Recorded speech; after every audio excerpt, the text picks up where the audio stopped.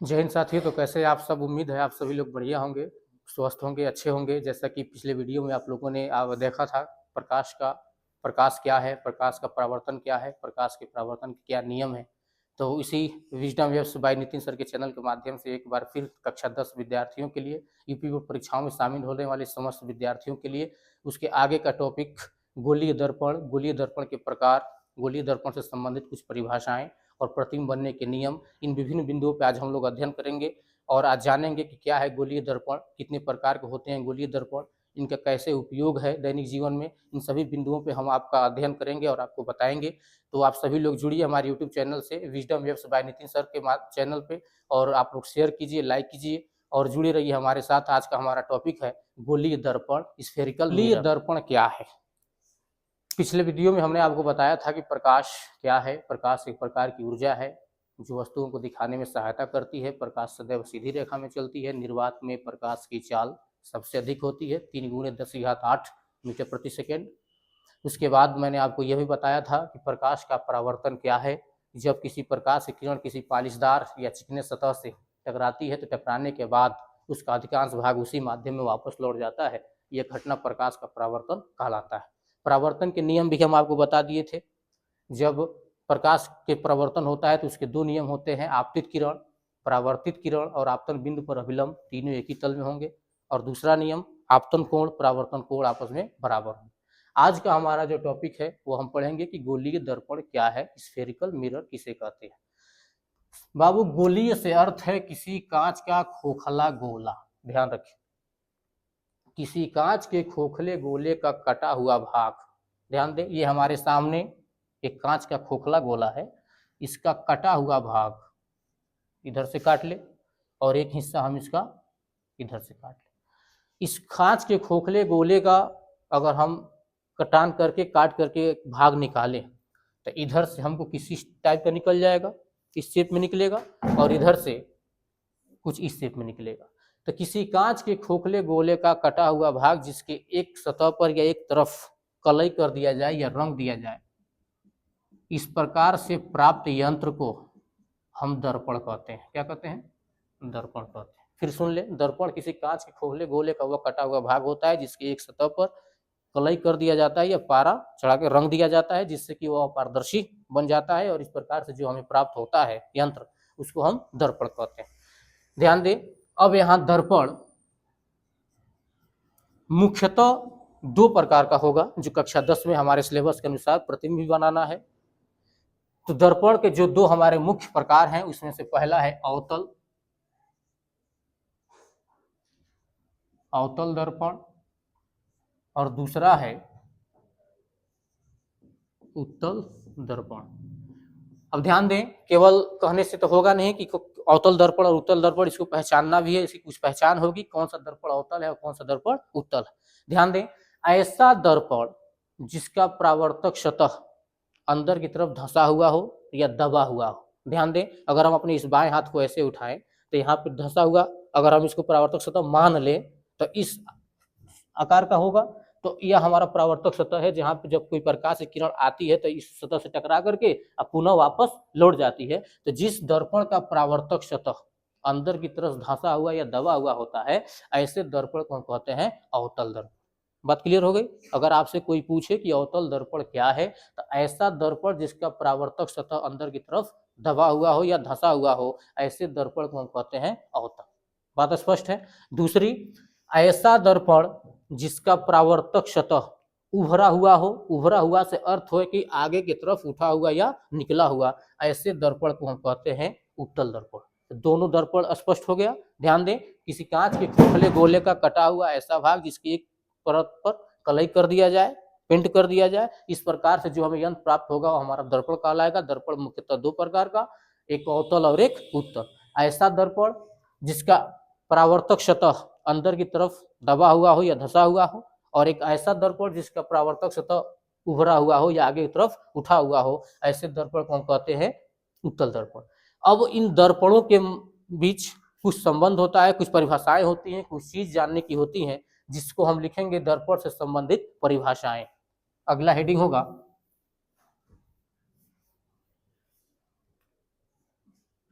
दर्पण से संबंधित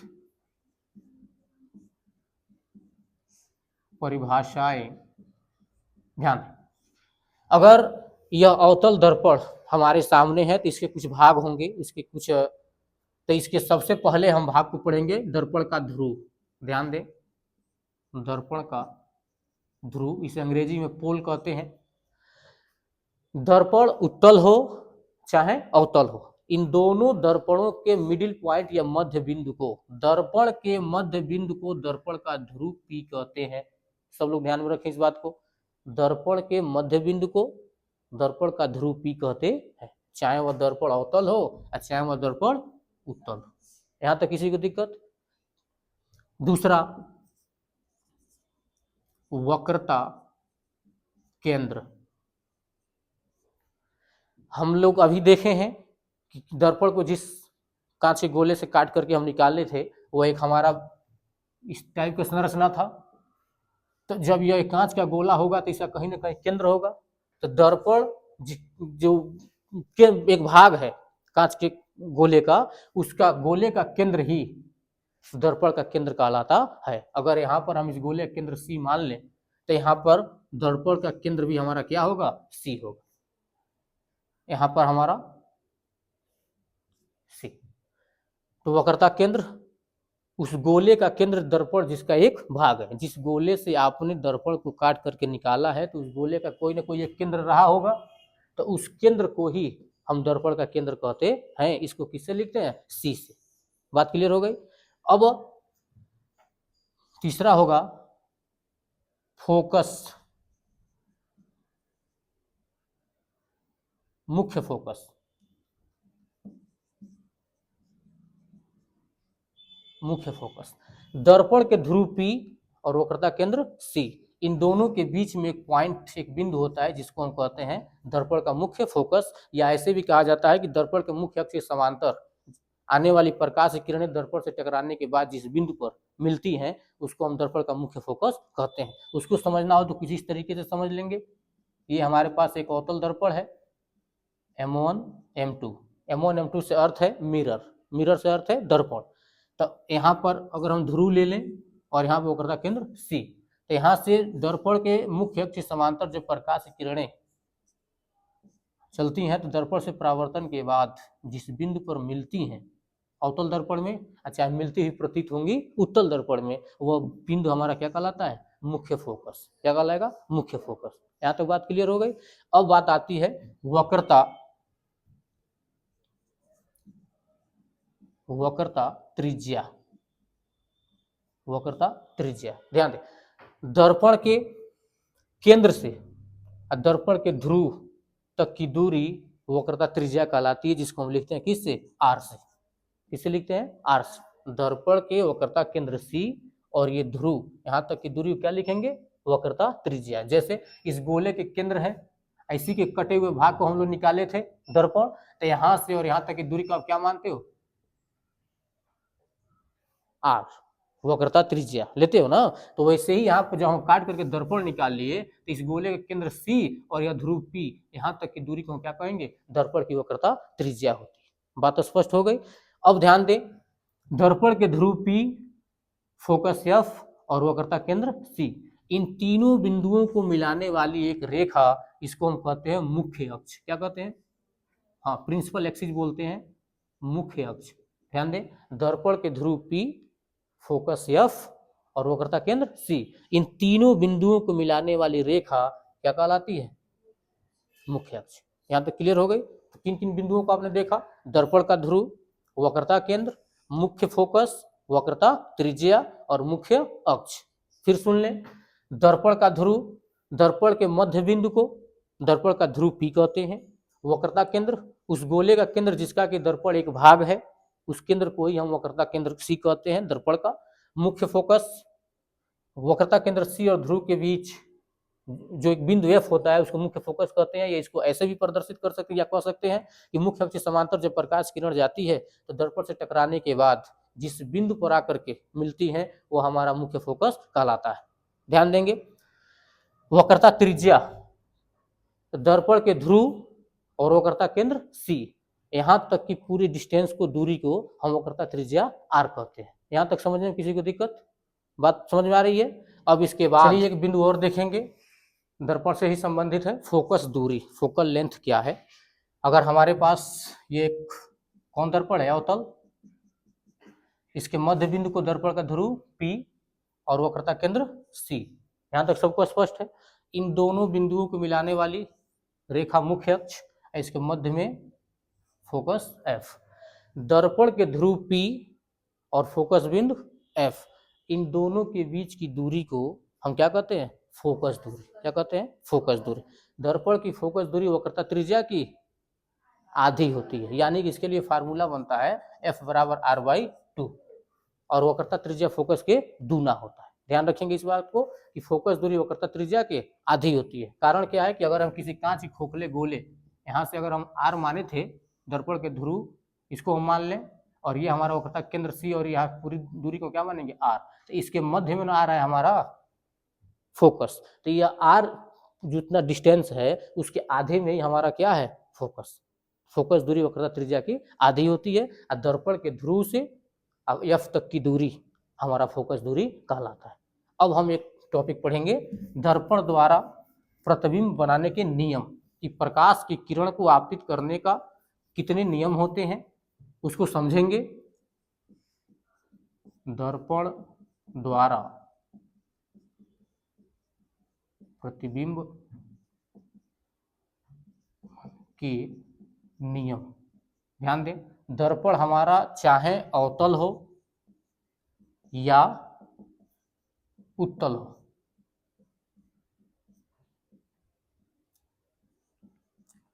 हमेशा ध्यान में रखेंगे कि दर्पण जब हमारा अवतल हो या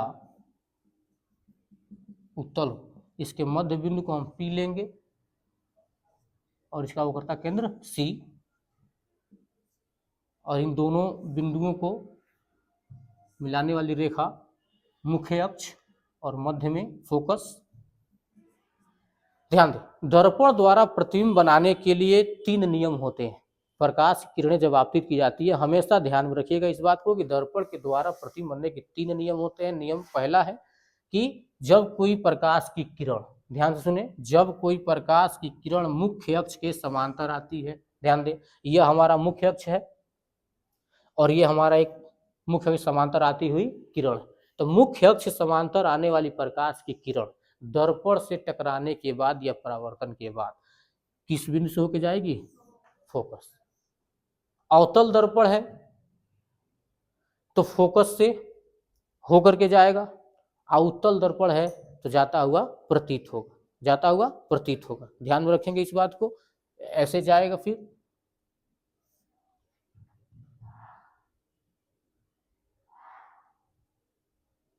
मुख्य अक्ष समांतर, अब पुनः यहाँ से निकल जाएगा, फिर जब हम इसको पीछे बढ़ाएंगे तो ऐसे लगेगा कि इसको कहाँ से होकर जाना चाहिए था, फोकस।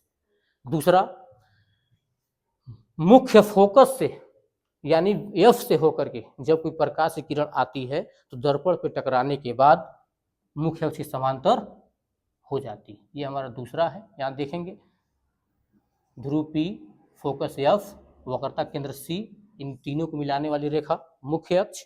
यदि कोई प्रकाश की किरण मुख्य फोकस से होकर के आती है तो दर्पण पे टकराने के बाद मुख्य अक्ष समांतर हो जाती है। ये हमारा दूसरा नियम है। तीसरा नियम यह है कि दर्पण के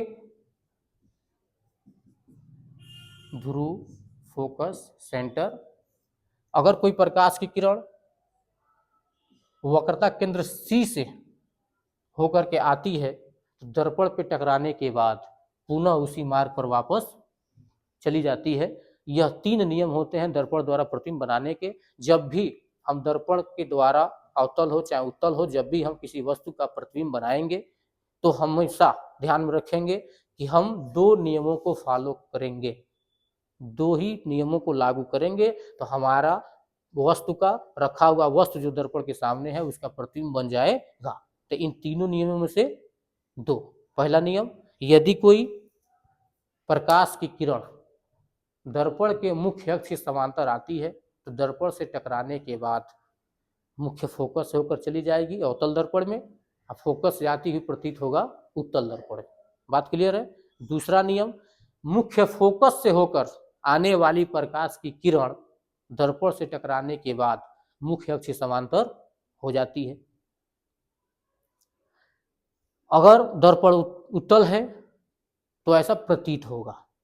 तीसरा नियम है कि दर्पण के वक्रता केंद्र C से होकर के आने वाली प्रकाश की किरण दर्पण से टकराने के बाद उसी मार्ग पे पुनः वापस लौट जाती है। इन तीनों नियमों में से किन्हीं दो नियमों को जब हम लागू करते हैं तो हमारा दर्पण के द्वारा प्रतिबिंब आसानी से बन जाएगा।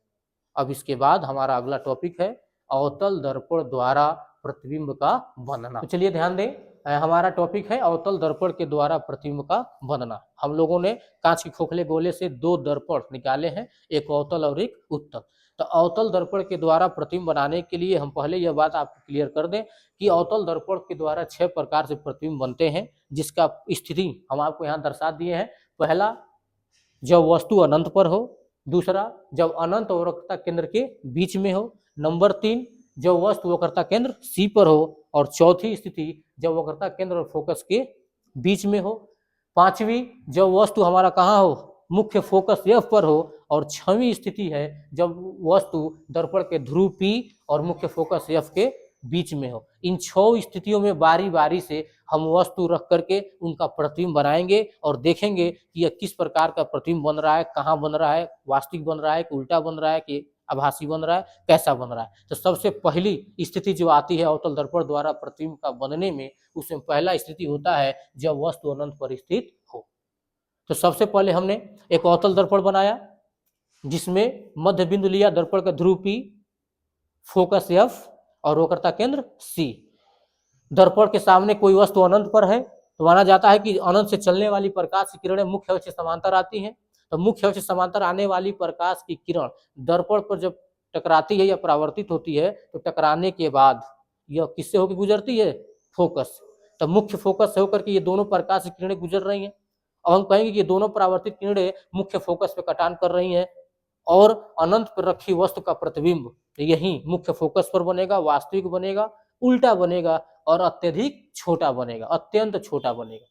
तो इस बात को दिमाग में रखें कि जब कोई वस्तु अवतल दर्पण के सामने अनंत पर स्थित हो तो उसका प्रतिबिंब मुख्य फोकस पर बनता है, वास्तविक बनता है, उल्टा बनता है और अत्यधिक छोटा बनता है। यहां तक हो गया, किसी को दिक्कत? दूसरा कंडीशन, जब वस्तु अनंत तथा वक्रता केंद्र के बीच में हो। तो अब यह हमारा एरिया अनंत था और ये हमारा वक्रता केंद्र C है। इन दोनों के मिडल में, दोनों के बीच में हम एक वस्तु को रखे हैं। इस वाले इमेज में देखेंगे कि एक अवतल दर्पण है जिसका ध्रुव P है, फोकस F है और वक्रता केंद्र।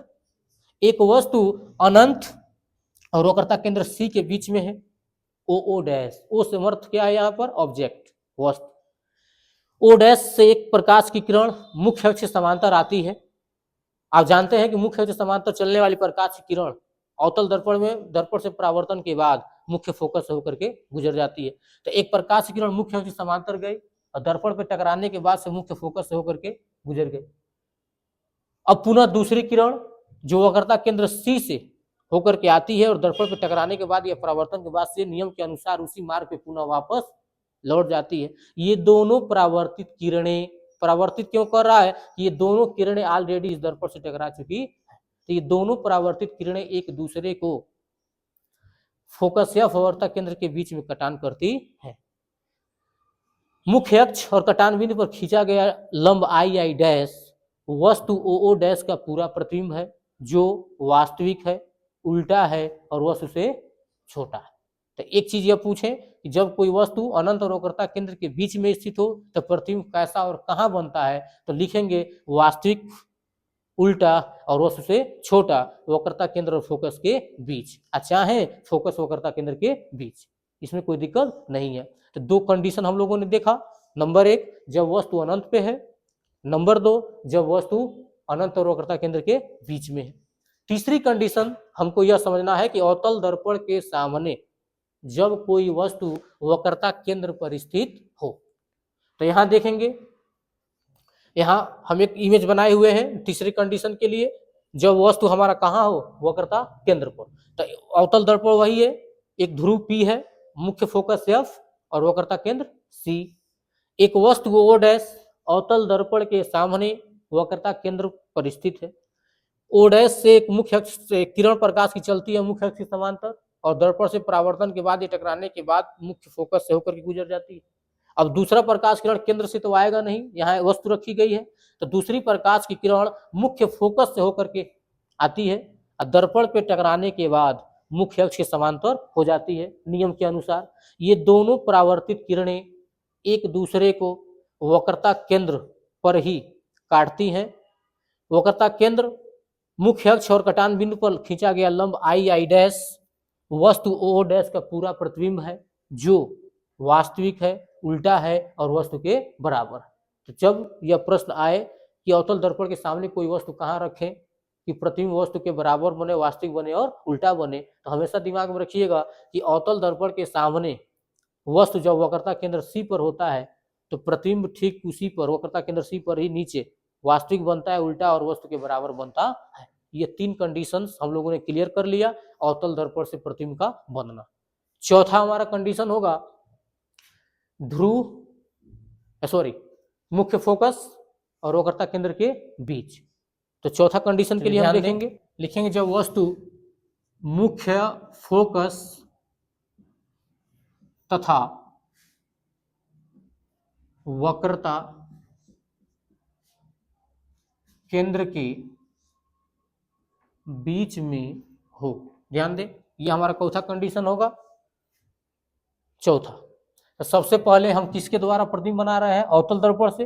तो हम सबसे पहले यहाँ पे किसका इमेज बना लें, किस दर्पण का, अवतल। ये हमारा अवतल दर्पण है, M1 M2, मध्य बिंदु P, वक्रता केंद्र C, मिलाने वाली रेखा मुख्य अक्ष और आपका ये फोकस। एक वस्तु जो हमारा फोकस और वक्रता केंद्र के बीच में है, यहां रख लेंगे। O डैश एक वस्तु है जो मुख्य फोकस और वक्रता केंद्र के बीच में स्थित है। अब O डैश से एक प्रकाश की किरण आपतित होती है, चलती है मुख्य अक्ष के समांतर। नियम ये कहता है कि मुख्य अक्ष समांतर आने वाली प्रकाश की किरण दर्पण से टकराने के बाद या परावर्तन के बाद कहां से होकर गुजर जाती है, फोकस से। यहां तक क्लियर हो गया। दूसरा, जब प्रकाश की किरण हम डालेंगे तो यह निकलेगा कहां से जाएगा, मुख्य फोकस से,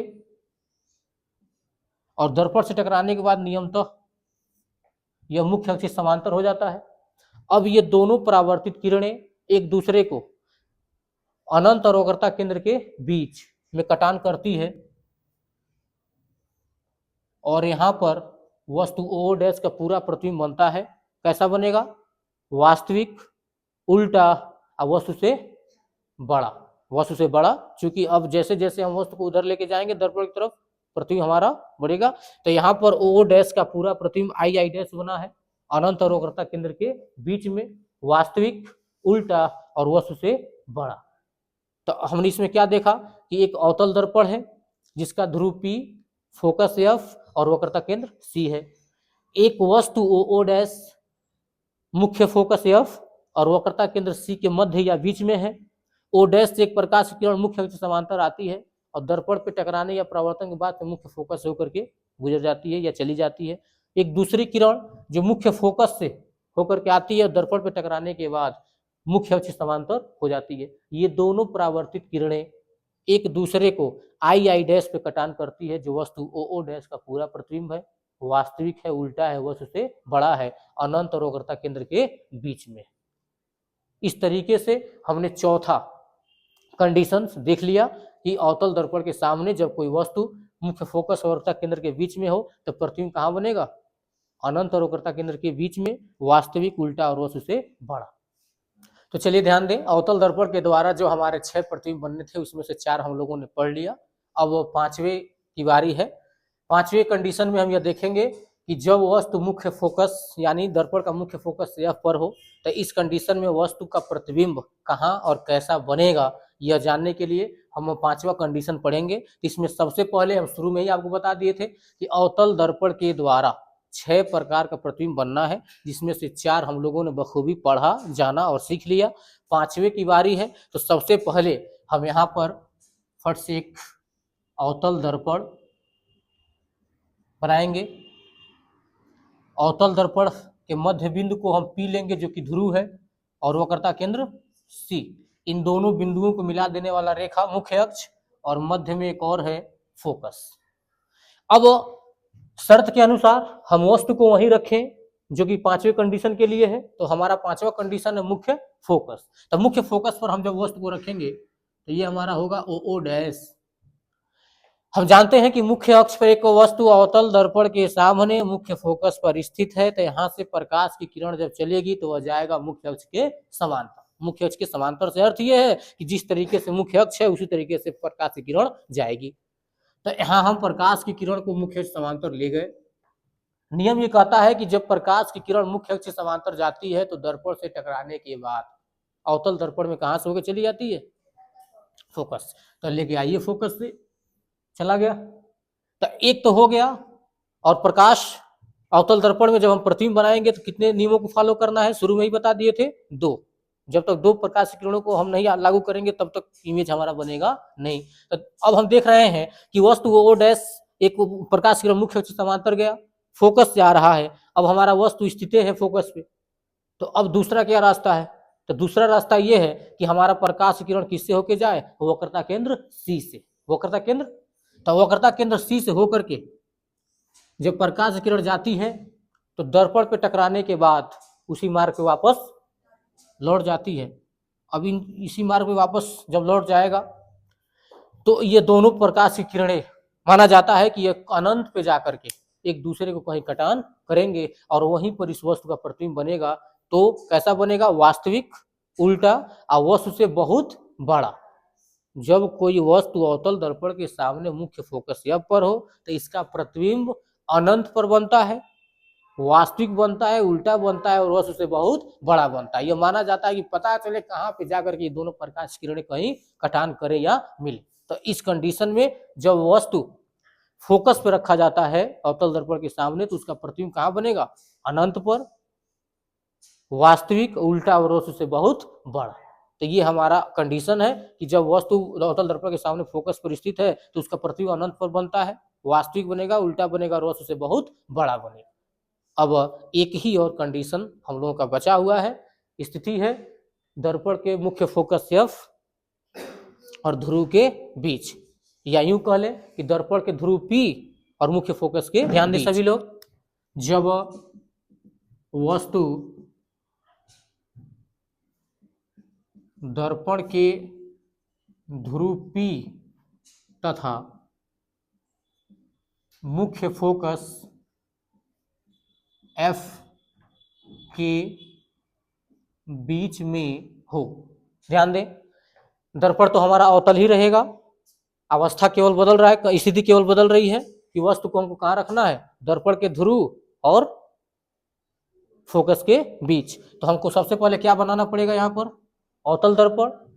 ठीक है, एक अवतल दर्पण हम बनाए हैं, इसकी एक तरफ हम रंग देंगे ताकि वह पारदर्शी हो जाए, प्रकाश एक तरफ से दूसरी तरफ न जाए। और इसके मध्य बिंदु को हम ले लें P, फोकस F और वक्रता केंद्र C। इन बिंदुओं को मिलाने वाली एक रेखा मुख्य अक्ष, प्रिंसिपल एक्सिस बोलेंगे। अब नियमतः दर्पण का ध्रुव P और फोकस F, इन दोनों के बीच हम एक वस्तु रखेंगे OO डैश। पुनः वही प्रक्रिया होगी, प्रकाश किरण को हम दर्पण पे आपतित करेंगे, लेकर के जाएंगे। तो यहाँ प्रकाश की किरण आपतित हो रही है मुख्य अक्ष के समांतर। तो जब मुख्य अक्ष समांतर जाएगी दर्पण से टकराने के बाद कहाँ से आएगी बताइए आप लोग, बोलो? फोकस से। Very good. तो ये फोकस से होकर गुजर गई। दूसरी प्रकाश की किरण कहाँ से होकर जाएगा? वक्रता केंद्र C से। वक्रता केंद्र C से। तो यहां से प्रकाश किरण को हम भेजेंगे अवतल दर्पण पे। नियम ही कहता है कि दर्पण से वक्रता केंद्र C से होकर आने वाली प्रकाश की किरण जब दर्पण से टकराती है तो पुनः उसी मार्ग पे वही वक्रता केंद्र पर ही वापस चली जाती है। तो यहाँ पर एक पुनः हम ऐसे दर्शा देंगे और यह दर्शाएगा कि प्रकाश की वापस इसी मार्ग पे जा रही है। अब हम देख रहे हैं कि ये दोनों परावर्तित किरणें एक दूसरे से फैलती हुई आगे की तरफ बढ़ रही हैं, अर्थात कहीं आगे जाके कटान करने की स्थिति नहीं बन रही है। अब हम इस दोनों परावर्तित किरणों को पीछे बढ़ाएंगे, तो जब पीछे बढ़ाएंगे तो ये दर्पण के पीछे जाएगा, तो आभासी रूप में कटान करेगा दर्पण के पीछे। तो यहाँ जो हमारा प्रतिबिंब बनेगा आई डैश अवतल दर्पण के पीछे बनेगा, आभासी बनेगा, सीधा बनेगा और वस्तु से बड़ा बनेगा। आभासी उधर है, सीधा मुख्य अक्ष से ऊपर है और वस्तु से बड़ा। तो यहाँ जो हमारा प्रतिबिंब बना हुआ है वह दर्पण के पीछे बनेगा, आभासी और वस्तु से बड़ा। तो ध्यान रखेंगे कि जब अवतल दर्पण के सामने कोई वस्तु ध्रुवी और मुख्य फोकस एफ के बीच में स्थित होती है तो इसका प्रतिबिंब आभासी बनेगा, सीधा बनेगा और वस्तु से बड़ा बनेगा। अब इस तरीके से हम लोगों ने अवतल दर्पण के द्वारा 6 प्रकार के प्रतिबिंब को हमने वस्तु की प्रत्येक स्थिति में रख करके बनाया, आपको सिखाया, बताया। आपको इसके बावजूद भी कोई संदेह रह गया हो, कोई डाउट रह गया हो, कोई प्रश्न रह गया हो, तो आप हमसे उस प्रश्न को करें। और जितने लोग वीडियो के माध्यम से देख रहे हैं वो कमेंट में जरूर बताएं। तब तक के लिए धन्यवाद।